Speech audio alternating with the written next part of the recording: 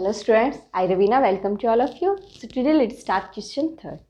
In this exercise we find out the fractions of some quantities. Now in third question it says that identify the error if any.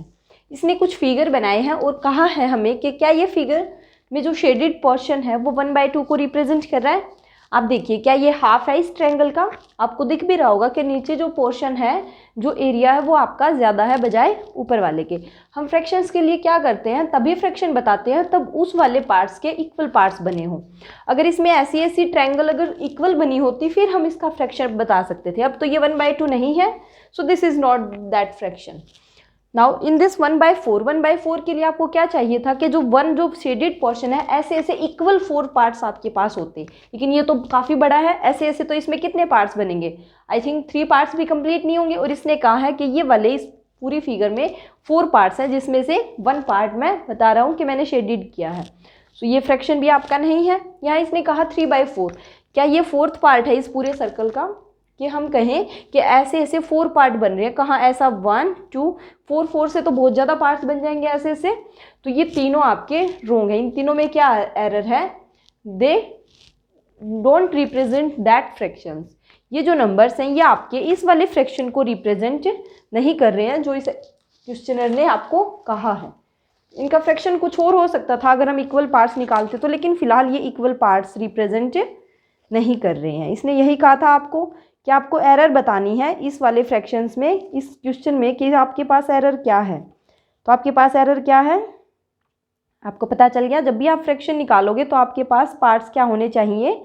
Equal, तभी आप fraction बता सकते हो। So shaded portion do not represent the given fraction. Okay, so इसने कहा है error क्या है, तो आप एरर लिखिए कि जो शेडेड पोर्शन है, शेडेड पोर्शन, इसने इस शेडेड पोर्शन का ही तो आपको बताया है।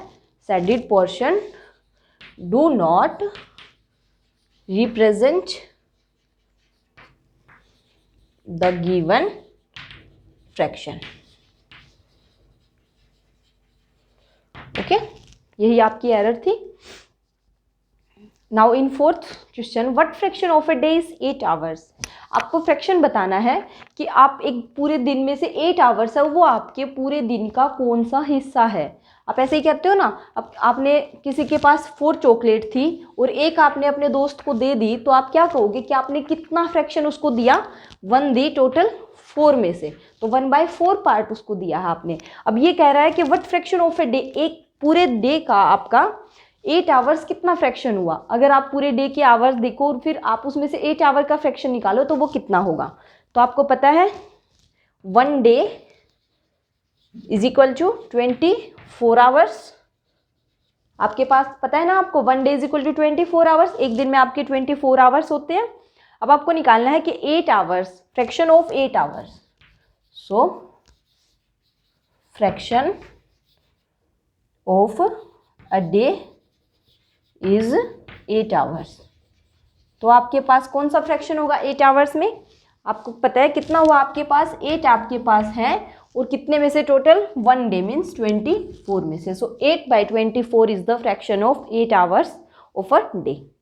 सेम आपको एग्जैक्टली ऐसे निकालने। इसने कहा है what fraction of an hour is 40 minutes. अब आपको पता है 1 आवर इज इक्वल टू, इसने कहा है जो एक आपका आवर है पूरा 1 घंटे का, 40 मिनट्स कौन सा पार्ट है आपका, कौन सा फ्रैक्शन रिप्रेजेंट कर रहा है 40 मिनट्स। तो पहले तो हमें ये पता हो कि 40 मिनट्स किस में से हैं। तो आपके 40 मिनट्स किस में से हैं? 60 मिनट्स में से, क्योंकि इसने कहा है कि 1 आवर के 40 minutes. So 1 hour is equal to 60 minutes. Now fraction आप लिखोगे fraction of an hour is 40 minutes is equal to, कितना फ्रैक्शन हुआ आपका? 40 डिवाइडेड बाय 60। अब चाहो तो सिंपलेस्ट फॉर्म में कन्वर्ट कर सकते हो। बाय द वे ये आपका आंसर है। ओके, सो इसने यही कहा था फ्रैक्शन वाले कि आपकी यूनिट्स नहीं होती हैं कि आप कहो fraction is a fraction, simple वो आपको पार्ट्स बता रहा है। अब यहाँ आपके इसकी यूनिट क्या थी? ये भी चॉकलेट थी। इसकी यूनिट क्या थी? ये भी चॉकलेट थी। 1/4 आपका क्या बता रहा है? वो पार्ट जो आपने दिया है किसी भी क्वांटिटी का। ओके, हमने पढ़ा था फ्रैक्शन की डेफिनेशन बहुत अच्छे से। Okay students, so now come to the next question in our next video. So do it in your fair notebook. Thank you.